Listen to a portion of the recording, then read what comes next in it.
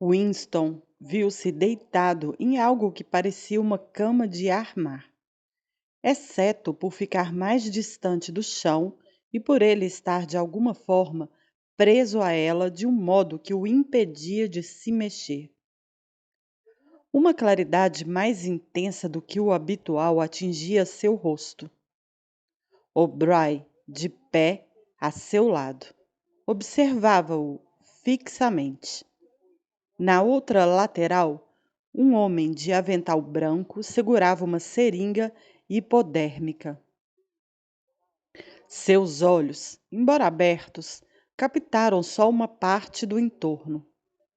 Ele tinha a impressão de nadar para o alto até aquele quarto, partindo de um outro mundo, um mundo subaquático, longínquo, profundo. Quanto tempo estivera deitado ali? Não sabia. Desde o instante em que o prenderam, não vira escuridão nem luz natural.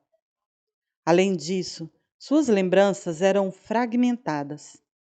Havia momentos em que a consciência, mesmo a do sono, sumia totalmente e voltava mais tarde, após um intervalo em branco. Mas, se os intervalos eram de dias ou semanas, ou apenas segundos, não havia como saber.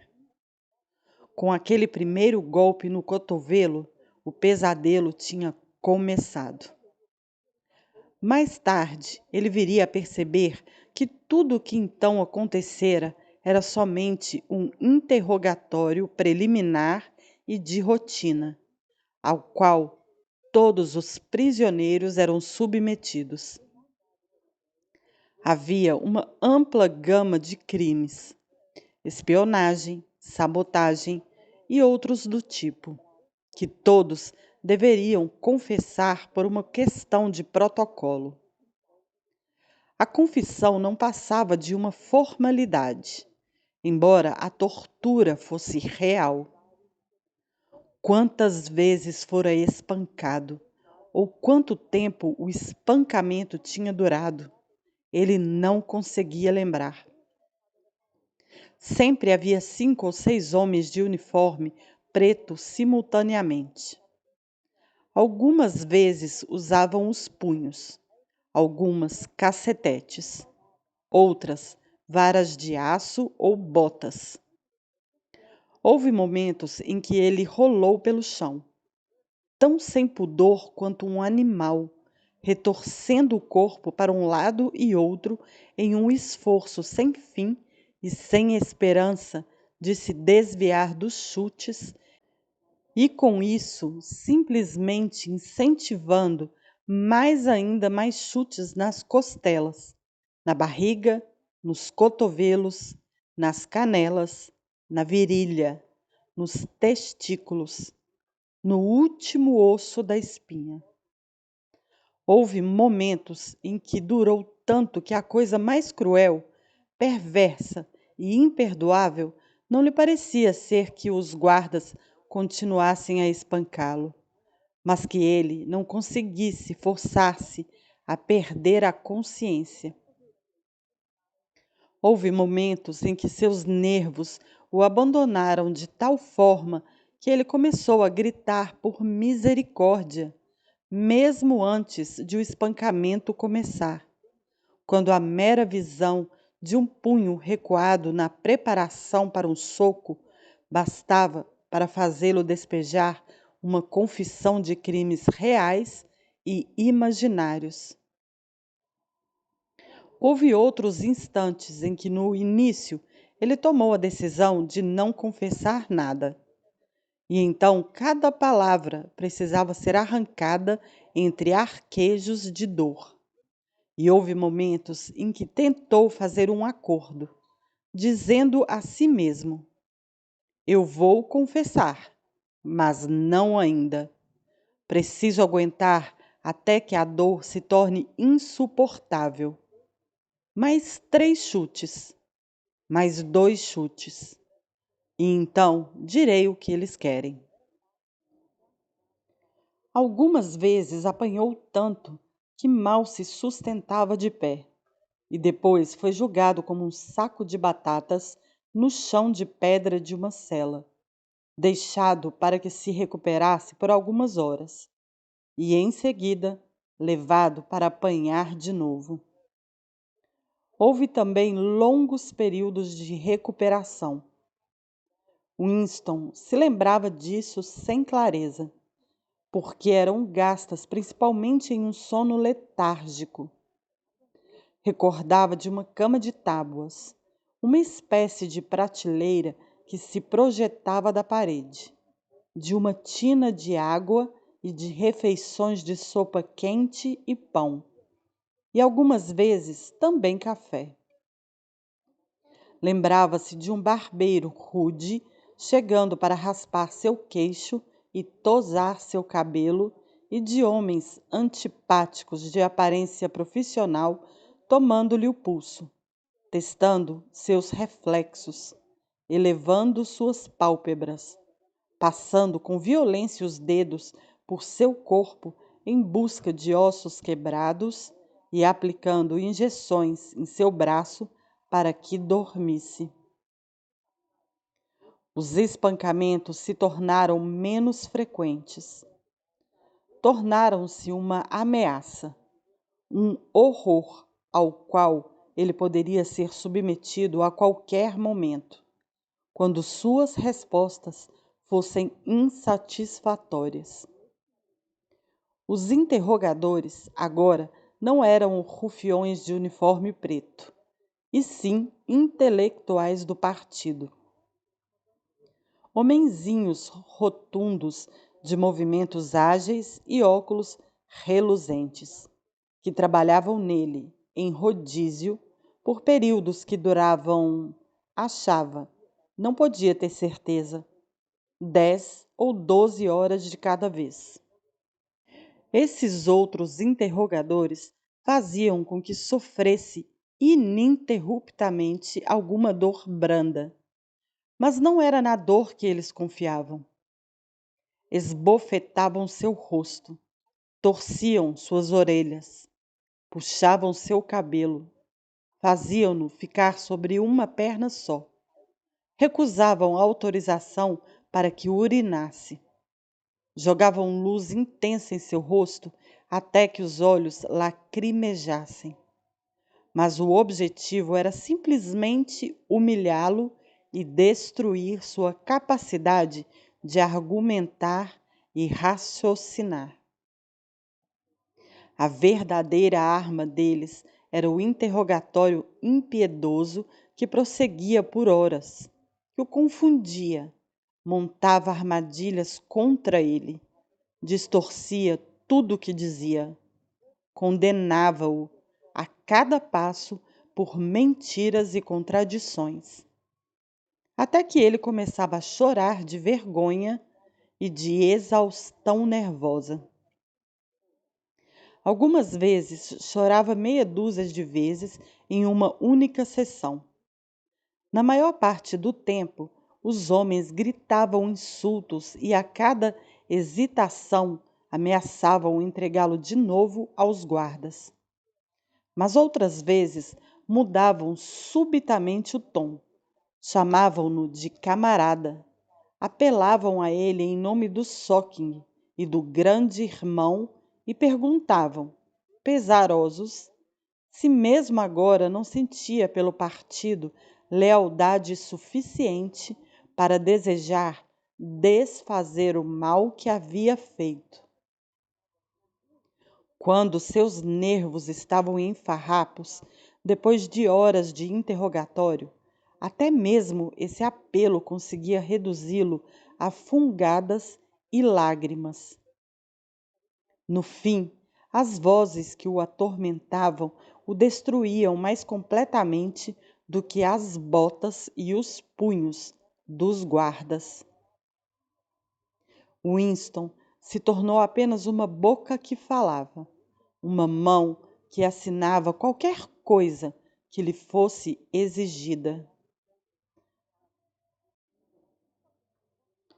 Sua única preocupação era descobrir o que eles queriam saber e então confessar logo, antes que a surra recomeçasse. Confessou o assassinato de membros importantes do partido, a distribuição de panfletos que incentivavam motins, o desvio de recursos públicos, a venda de segredos militares, sabotagem de todos os tipos.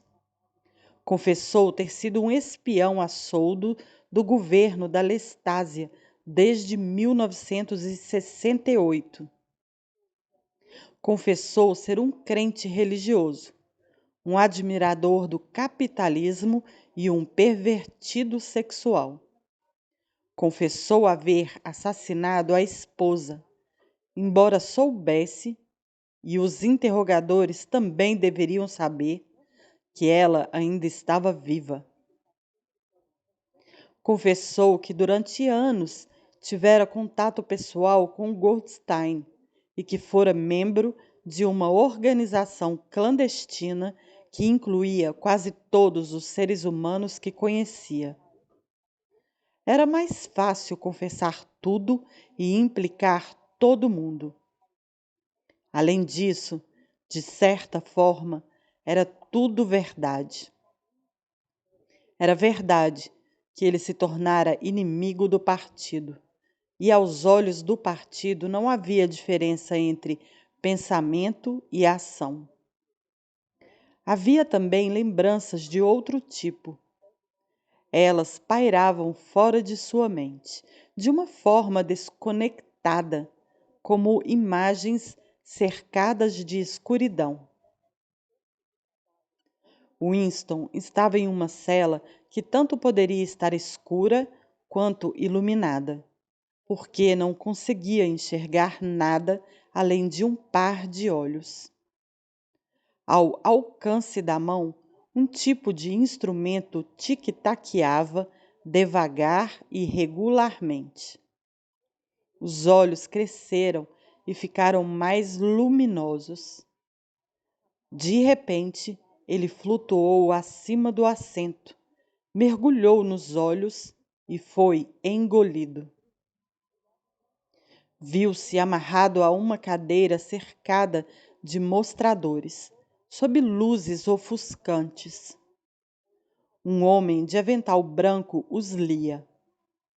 De fora chegou o som pesado de botas. A porta se abriu com um estalido. O oficial com o rosto de cera entrou, marchando, seguido por 2 guardas. Sala 101, disse o oficial. O homem do avental branco não se virou. Tampouco olhou para Winston. Examinava apenas os mostradores. Desceu um corredor imponente, com 1 quilômetro de largura, cheio de uma luz dourada, gloriosa, rugindo risadas e confessando a plenos pulmões. Confessava tudo, até as coisas que tinham conseguido reter sob tortura. Contou a história inteira de sua família para uma plateia que já a conhecia.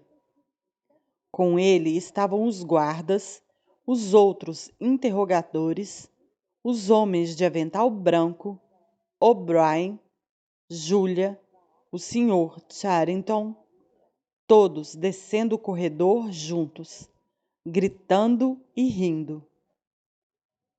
Alguma coisa assustadora que tinha estado à espera, guardada no futuro, havia de alguma forma sido esquecida e não concretizada.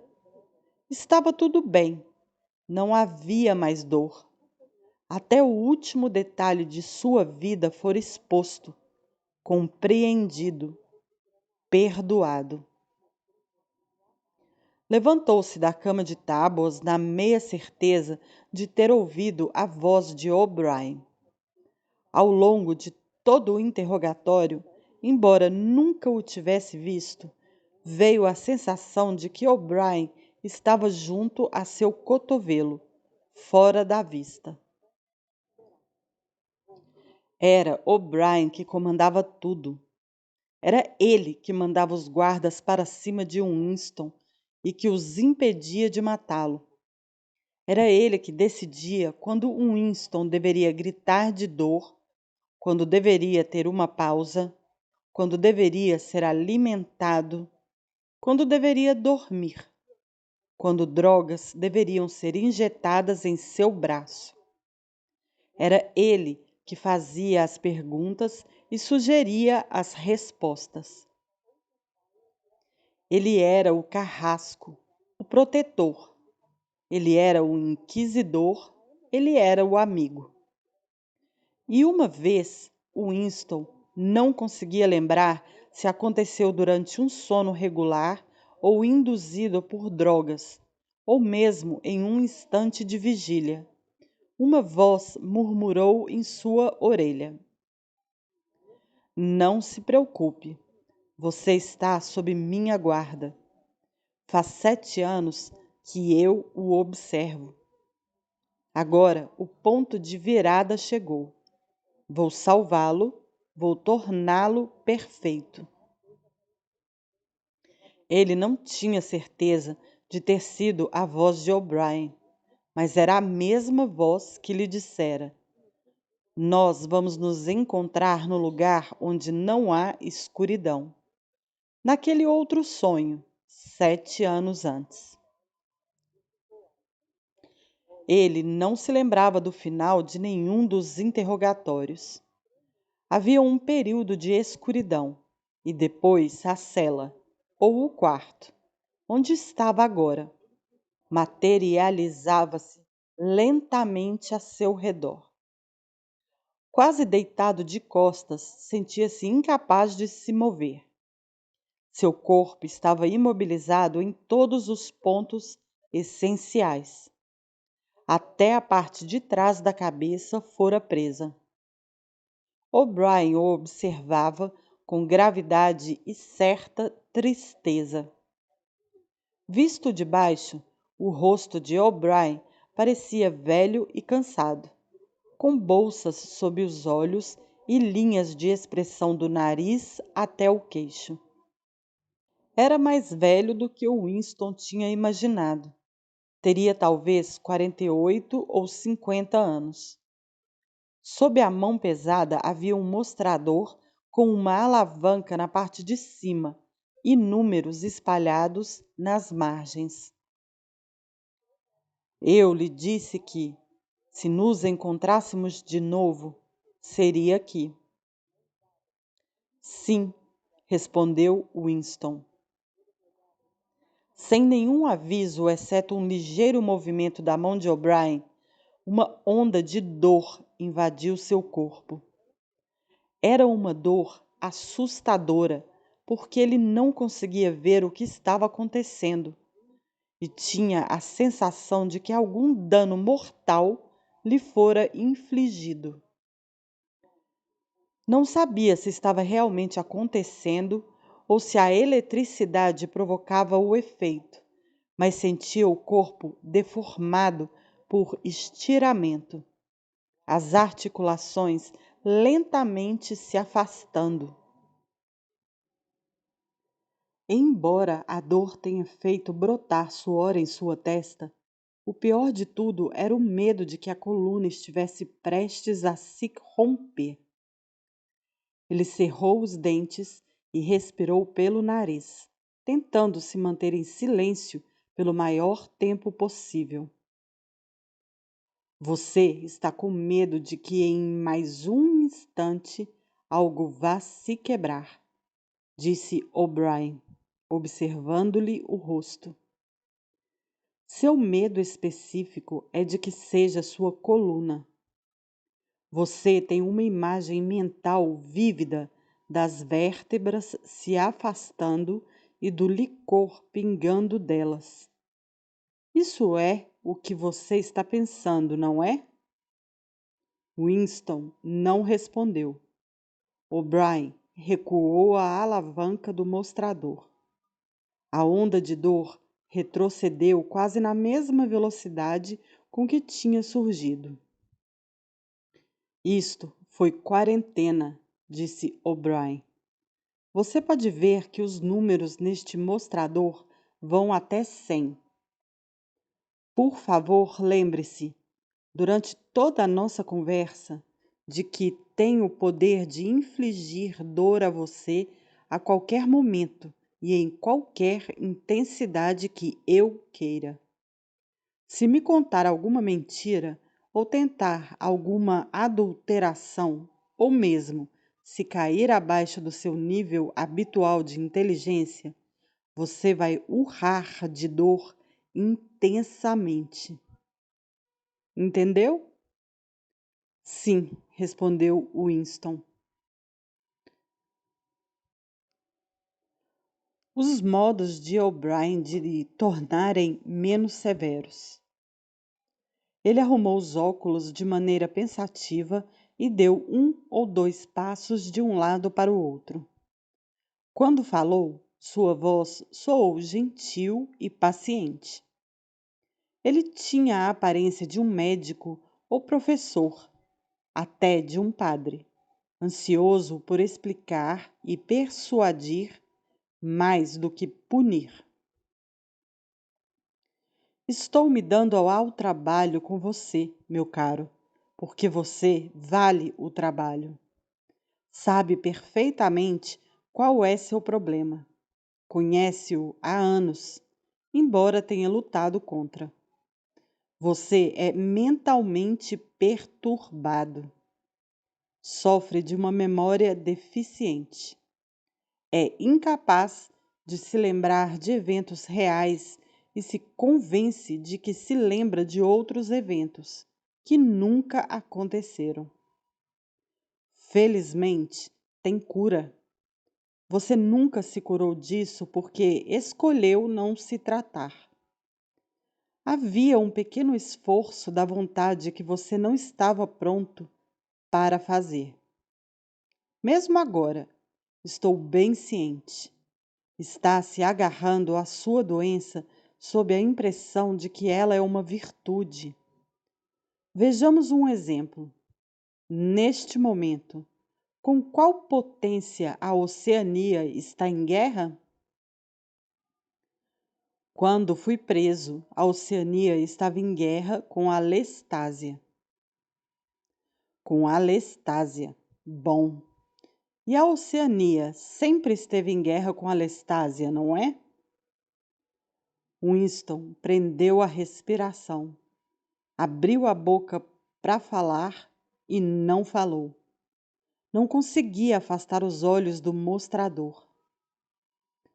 A verdade, por favor. A sua verdade. Diga-me o que acha que lembra. Eu me lembro que até uma semana antes da minha prisão, nós não estávamos em guerra com a Lestásia absolutamente. Éramos aliados deles. A guerra era contra a Eurásia. Essa guerra durou 4 anos. Antes disso... O'Brien o interrompeu com um movimento da mão. Outro exemplo, ele disse.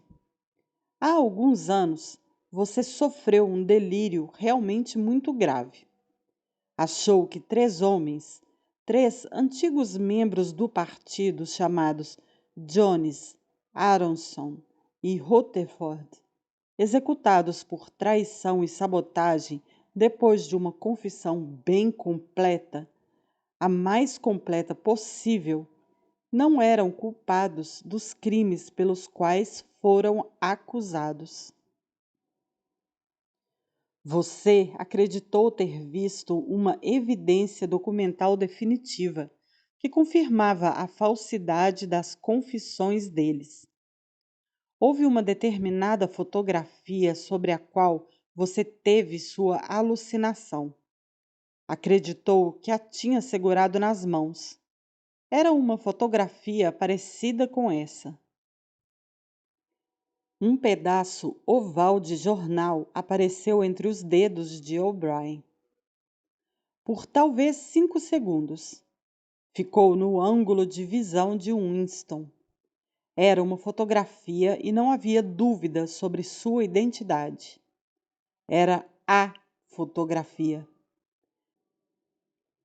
Era outra cópia da fotografia de Jones, Aronson e Rutherford na repartição de Nova York do partido, com a qual ele tinha trombado por acaso 11 anos antes e prontamente destruído.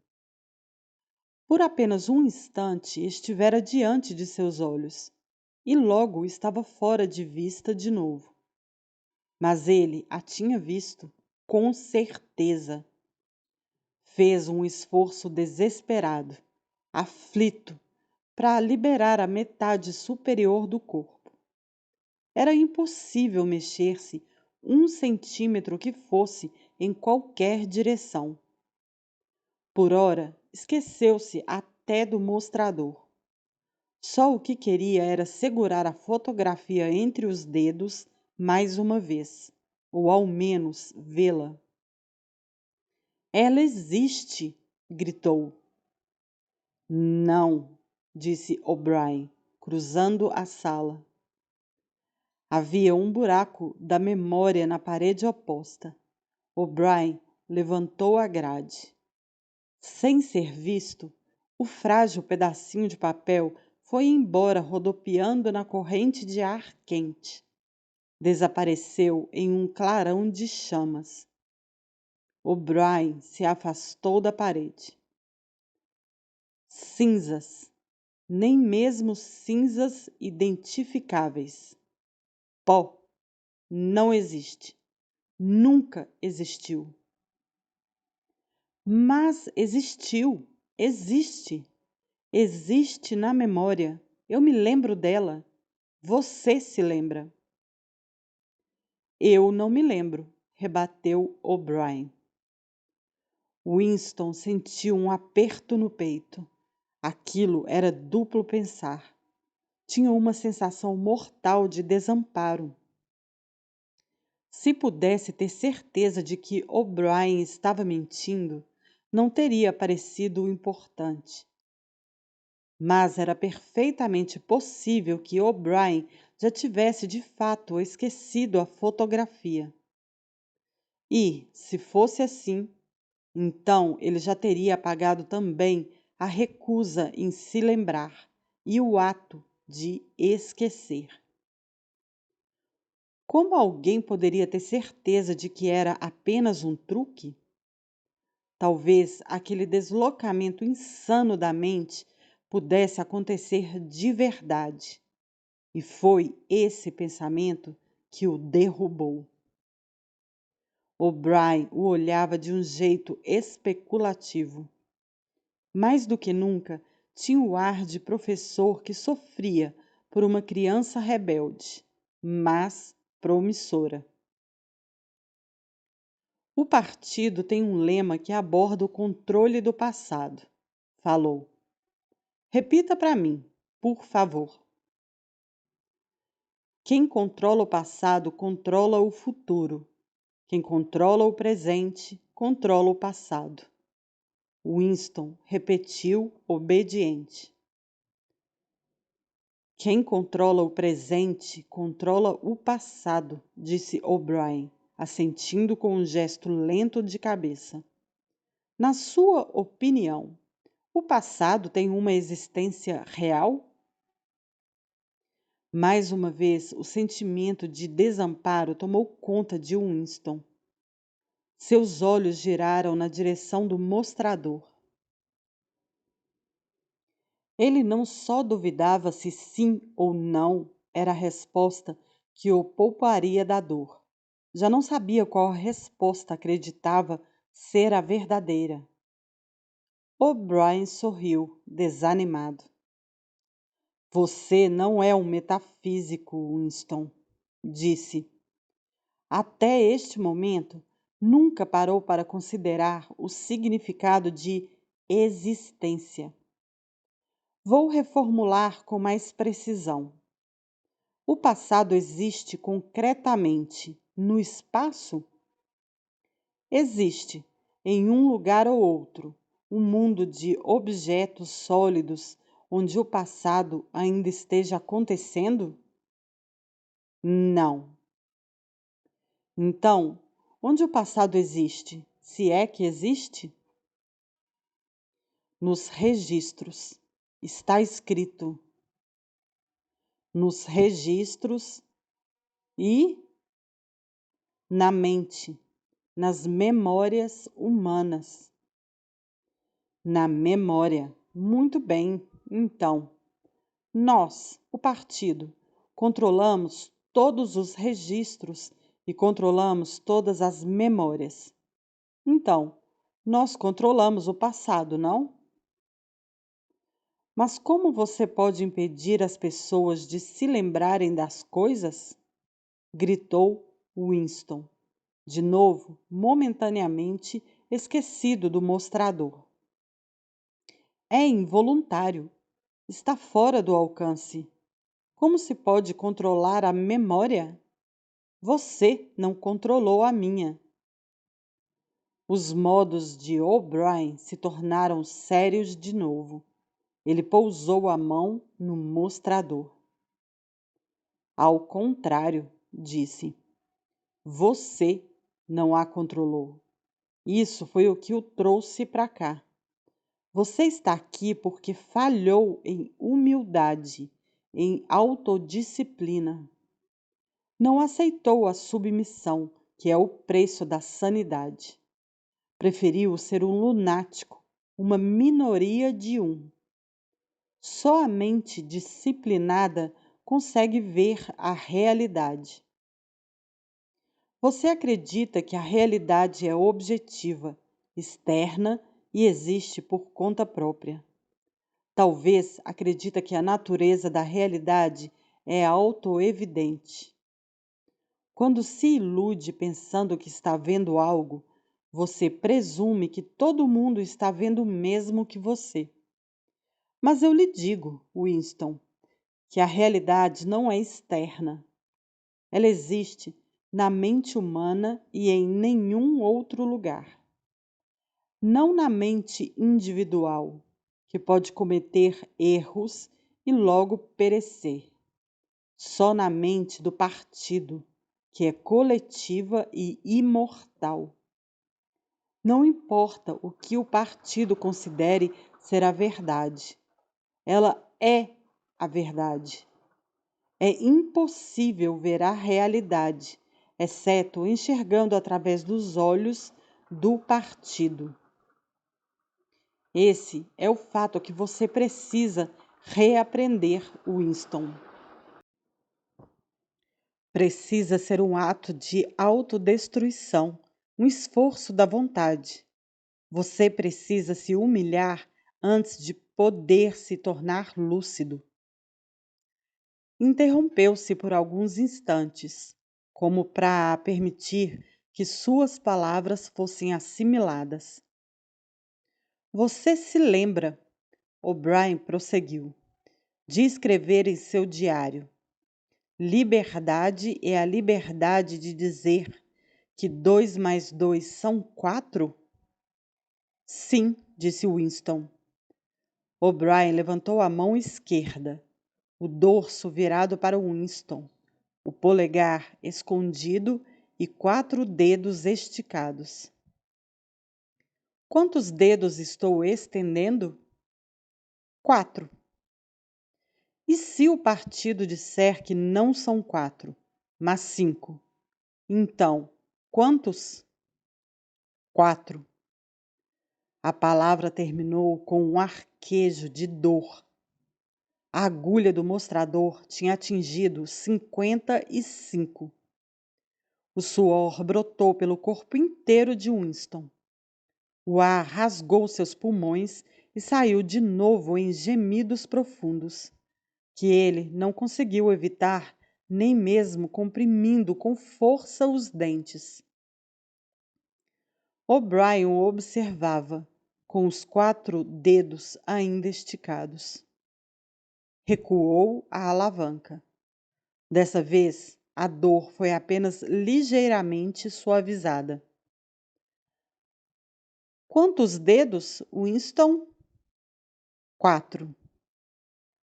A agulha subiu a 60. Quantos dedos, Winston? 4. 4. O que mais eu posso dizer? 4. A agulha devia ter subido de novo, mas ele não olhou. O rosto pesado e grave e os 4 dedos preenchiam sua visão. Os dedos estavam diante de seus olhos como pilares enormes, borrados e parecendo vibrar, mas inequivocadamente 4. Quantos dedos, Winston? 4. Pare com isso. Como você consegue continuar? 4. 4. Quantos dedos, Winston? 5. 5. 5. Não, Winston.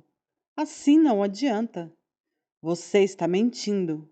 Ainda acha que são 4. Quantos dedos, por favor?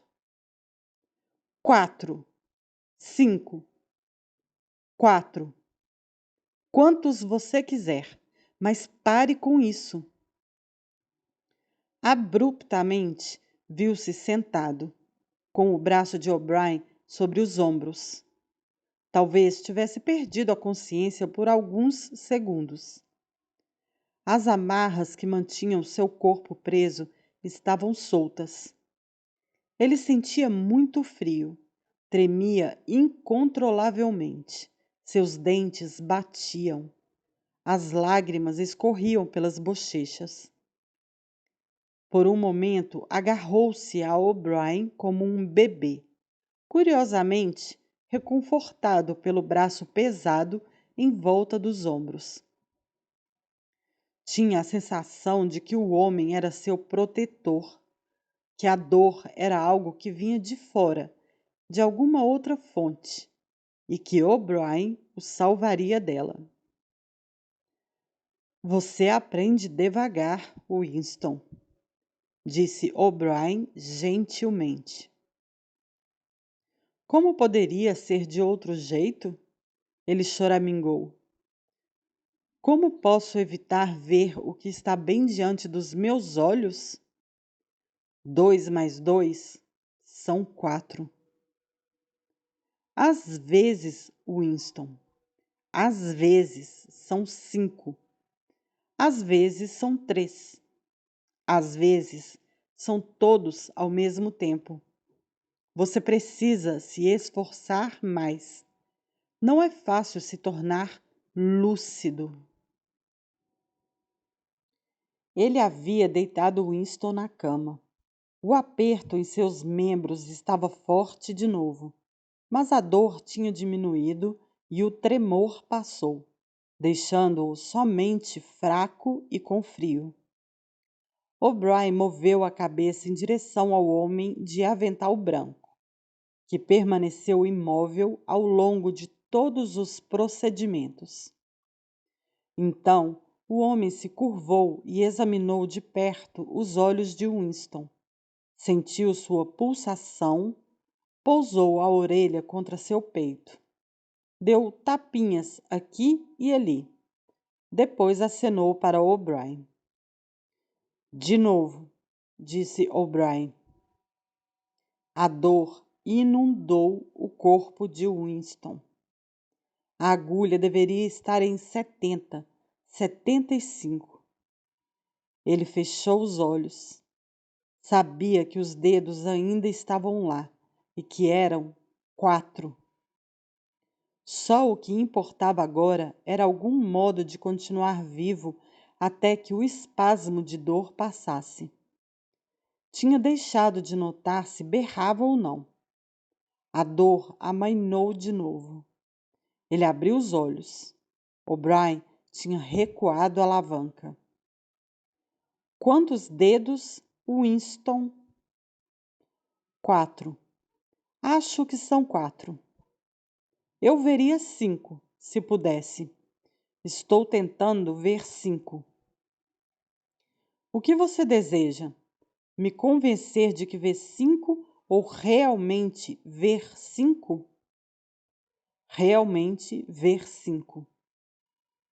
De novo, disse O'Brien. Talvez a agulha estivesse em 80, 90. Winston só conseguia se lembrar porque a dor estava acontecendo. Atrás das pálpebras fechadas com força, uma floresta de dedos parecia se mexer em uma dança, volteando, desaparecendo uns atrás dos outros e reaparecendo em seguida. Ele tentava contá-los, mas não se lembrava por quê. Sabia apenas que era impossível contar e que isso tinha alguma coisa a ver com a identidade misteriosa entre 5 e 4. A dor se atenuou outra vez. Quando ele abriu os olhos, descobriu que continuava vendo a mesma coisa. Dedos incontáveis, como árvores ambulantes, ainda passavam de um lado para o outro, cruzando-se e se entrecruzando. Ele tornou a fechar os olhos. Quantos dedos estou estendendo, Winston? Eu não sei. Você vai me matar se fizer isso de novo. 4, 5, 6. Com toda a honestidade, eu não sei. Melhor, disse O'Brien. Uma agulha penetrou no braço de Winston. Quase no mesmo instante, um calor abençoado e restaurador se espalhou por todo o seu corpo. A dor já estava semi-esquecida. Ele abriu os olhos e encarou O'Brien com gratidão. Ao ver o rosto sério, enrugado, tão feio e tão inteligente, sentiu o coração revirar. Se pudesse se mexer, teria esticado a mão e tocado o braço de O'Brien. Nunca o amara tão profundamente como naquele instante, e não era só por ele ter interrompido a dor. O velho sentimento de que no fundo não importava se O'Brien era um amigo ou um inimigo voltou. Ele era alguém com quem podia conversar. Talvez uma pessoa não quisesse tanto ser amada quanto ser compreendida. O'Brien o havia torturado até quase levá-lo à loucura, e dali a pouco, certamente, iria despachá-lo para a morte. Não fazia diferença. Em certo sentido, aquilo era mais profundo do que a amizade. Eles eram íntimos. Em um lugar ou outro, embora as palavras talvez nunca fossem ditas, havia um local onde eles podiam se encontrar e conversar. O'Brien olhava para baixo, observando Winston, com uma expressão que sugeria a possibilidade de estar pensando a mesma coisa. Quando falou, foi em um tom amigável. Você sabe onde está, Winston? Não sei. Posso supor, no Ministério do Amor. Você sabe há quanto tempo está aqui? Não. Dias, semanas, meses. Acho que há meses.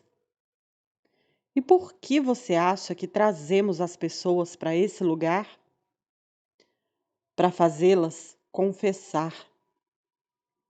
Não. A razão não é essa. Tente de novo. Para castigá-las. Não! Exclamou O'Brien. Sua voz havia se alterado de modo extraordinário, e o rosto de súbito se tornara ao mesmo tempo sério e furioso. Não! não só para arrancar sua confissão, nem para castigar você. Será que preciso dizer por que o trouxemos para cá? Para curar você, para torná-lo lúcido. Entenda, Winston. Ninguém que trazemos para cá sai daqui sem estar curado. Não estamos interessados nesses crimes estúpidos que você cometeu. O partido não se interessa pelos atos explícitos.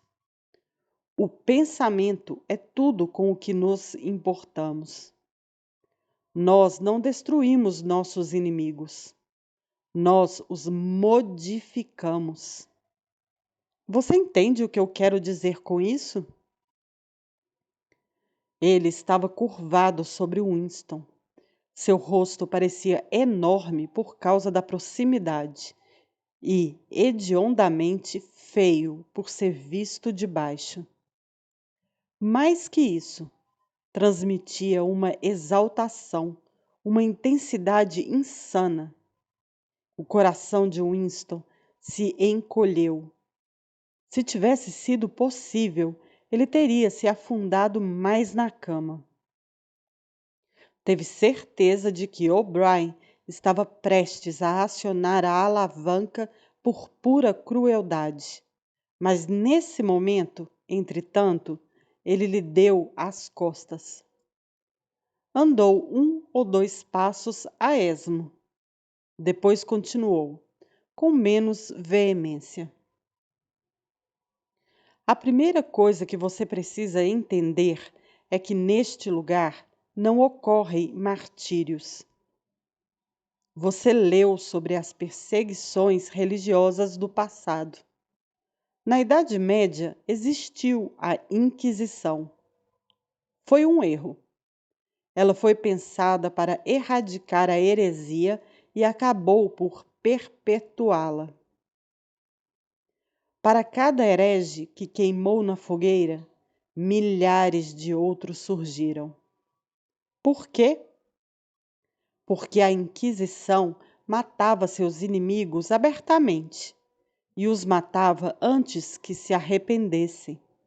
Na verdade, matava porque eles não se arrependiam.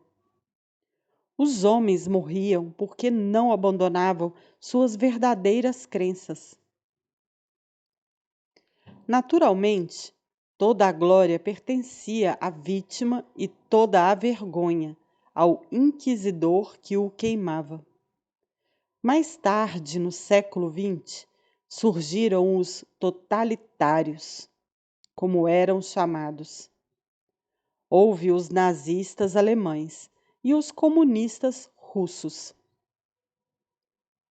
Os russos perseguiram a heresia mais cruelmente do que a Inquisição tinha feito. Pensavam haver aprendido com os erros do passado. Sabiam, pelo menos, que não se devem produzir mártires.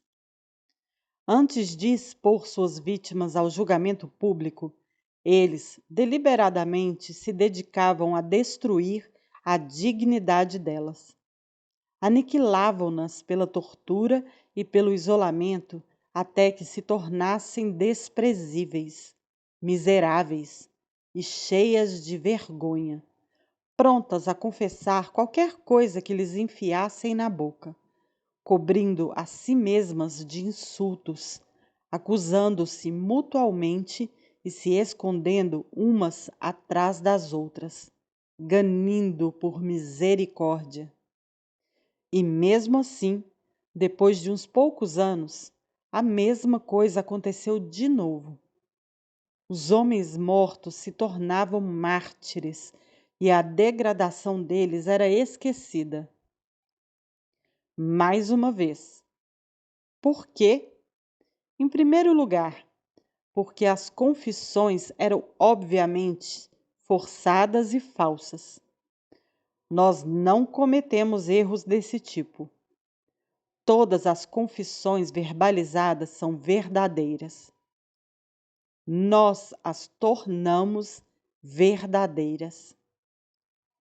Acima de tudo, não permitimos que os mortos se levantem contra nós. Você precisa parar de fantasiar que a posteridade vai vingá-lo, Winston. A posteridade nunca vai ouvir falar a seu respeito. Você será totalmente apagado do fluxo da história. Nós o transformaremos em vapor e o lançaremos à estratosfera. Nada restará de você, nem um nome em um registro, nem uma lembrança em uma mente. Você será aniquilado no passado e no futuro. Você nunca terá existido. Então, por que se dar ao trabalho de me torturar? Winston pensou, com uma amargura momentânea. O'Brien interrompeu seus passos como se Winston tivesse revelado o pensamento em voz alta. O rosto grande e feio se aproximou, os olhos um pouco vesgos. Você está pensando que, se pretendemos destruí-lo totalmente, nada do que você diga ou faça tem o menor efeito. Assim sendo, por que nos damos ao trabalho de interrogá-lo para começo de conversa? Era isso que você estava pensando, não era? Era. O'Brien sorriu suavemente. Você é uma falha no padrão, Winston. É uma mancha que precisa sair. Não acabei de lhe dizer que somos diferentes dos perseguidores do passado? Nós não contentamos com a obediência negativa, nem mesmo com a mais abjeta submissão.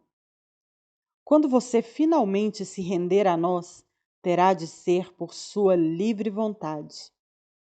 Nós não destruímos o herege porque ele resiste. Enquanto ele resistir, nós nunca o destruiremos. Nós o converteremos. Capturamos sua mente mais profunda e a remodelamos. Arrancamos dele todo o mal e toda a ilusão. Nós o trazemos para o nosso lado. Não na aparência, mas genuinamente, de coração e alma. Nós o tornamos um dos nossos antes de matá-lo. É intolerável para nós que um pensamento errôneo exista em algum lugar do mundo, não importa quanto seja secreto ou inofensivo. Mesmo no momento da morte, não podemos permitir nenhum desvio. Nos velhos tempos, os hereges iam para a fogueira ainda como hereges, proclamando sua heresia, exultantes. Até as vítimas dos expurgos russos podiam levar a rebelião trancada em seu íntimo enquanto percorriam um corredor à espera da bala. Mas nós tornamos o cérebro perfeito antes de explodi-lo. A ordem dos antigos déspotas era: tu não has de. A ordem dos totalitários era: tu has de. O nosso é: tu és. Ninguém que trazemos a este lugar jamais fica contra nós. Todos são completamente purificados. Até mesmo aqueles 3 traidores infelizes em cuja inocência você chegou a acreditar, Jones, Aronson e Rutherford. No final, nós os dobramos. Participei pessoalmente do interrogatório. Eu os vi ceder gradualmente, choramingando, rastejando, chorando. E no final, não era de dor nem de medo, mas pura penitência. Quando terminamos, eles eram apenas homens ocos. Nada restava no interior, exceto arrependimento pelo que tinham feito e amor pelo grande irmão. Foi comovente ver como o amavam. Eles imploraram para ser fuzilados depressa, para morrer enquanto suas mentes ainda estavam limpas. Sua voz tinha se tornado quase sonhadora. A exaltação e o entusiasmo insano ainda estavam em seu rosto. Ele não está fingindo, pensou Winston. Ele não é um hipócrita. Ele acredita em cada palavra do que está dizendo. O que mais o oprimia era a consciência da própria inferioridade intelectual. Observou a figura pesada, mas ainda assim acolhedora, andando de um lado para o outro, para dentro e para fora de seu campo de visão. O'Brien era uma criatura, em todos os sentidos, maior que ele.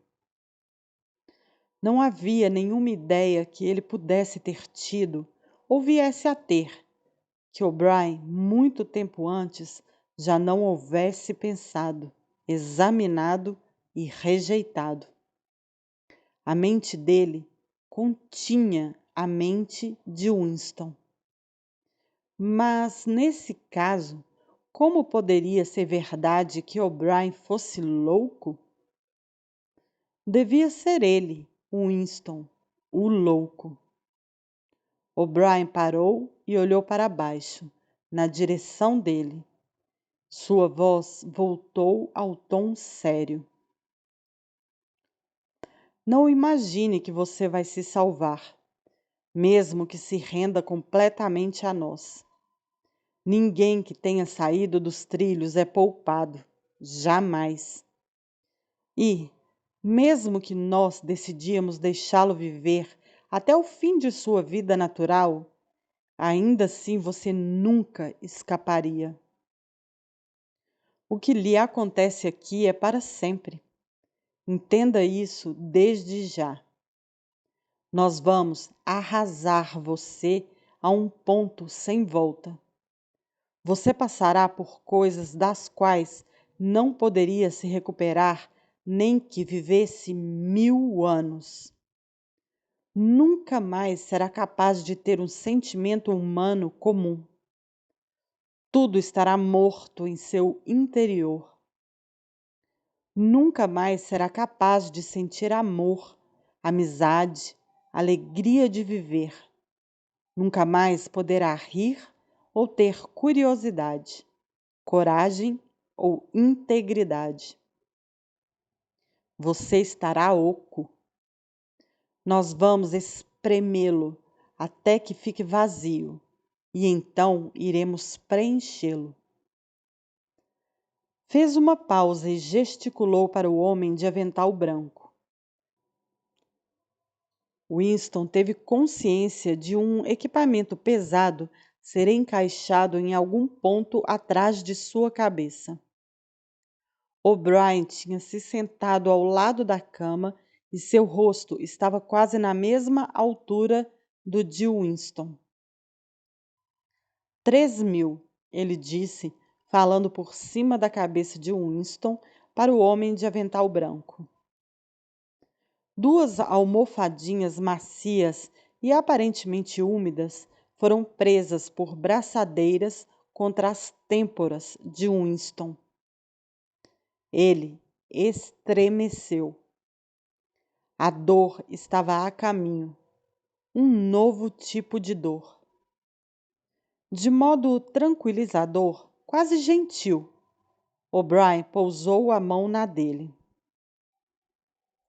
Desta vez não vai doer, ele disse. Mantenha os olhos nos meus. Nesse momento ocorreu uma explosão devastadora, ou algo que pareceu uma explosão.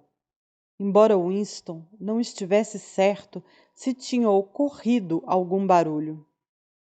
Houve um clarão ofuscante. Ele não estava ferido, só prostrado.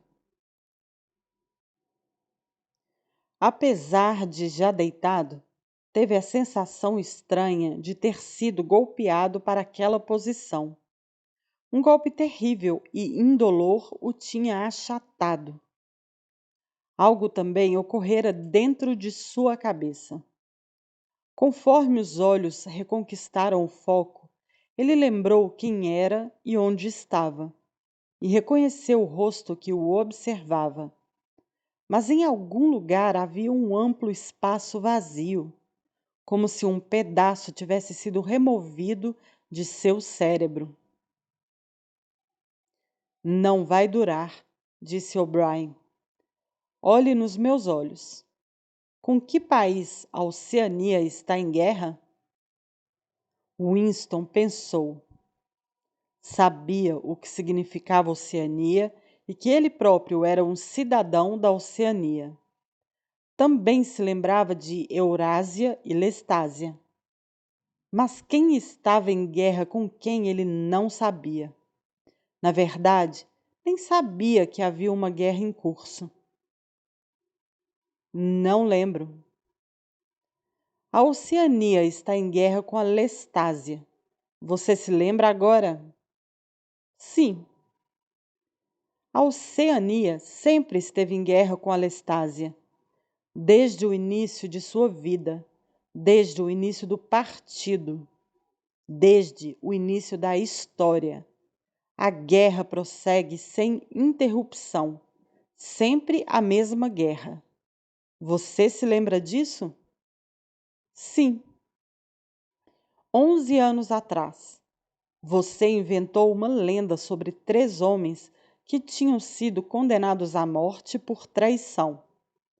Fingiu ter visto um pedaço de jornal que provava que eles eram inocentes. Esse pedaço de jornal nunca existiu. Você inventou isso e depois levou a si mesmo a acreditar. Você se lembra agora do preciso instante em que inventou isso? Sim. Agora há pouco estiquei os dedos da minha mão e lhe mostrei. Você viu 5 dedos. Você se lembra disso? Sim. O'Brien levantou os dedos da mão esquerda com o polegar escondido. Aqui tem 5 dedos. Você vê 5 dedos? Sim. E ele os viu por um segundo passageiro, antes que a imagem em sua mente mudasse. Ele viu 5 dedos e nada estava deformado. Depois tudo ficou normal de novo, e o velho medo, o ódio e a perplexidade foram retornando. Mas durante um momento, que ele não sabia quanto havia durado, 30 segundos, talvez, tinha havido uma certeza luminosa. Quando cada nova sugestão de O'Brien preenchia um vazio e se tornava uma verdade absoluta, e 2 mais 2 poderiam ser 3, e com a mesma facilidade 5, se fosse necessário. Tinha sumido antes que O'Brien baixasse a mão. Porém, embora ele não conseguisse recapturar, conseguia lembrar, da mesma forma como alguém se lembra de uma experiência vívida em algum período remoto da vida, quando se era uma pessoa totalmente diferente. Você percebe agora, disse O'Brien, que isso é possível? Sim. O'Brien se levantou com um ar satisfeito. À esquerda, Winston viu o homem de avental branco partir uma ampola e puxar o êmbolo de uma seringa. O'Brien se virou para Winston com um sorriso.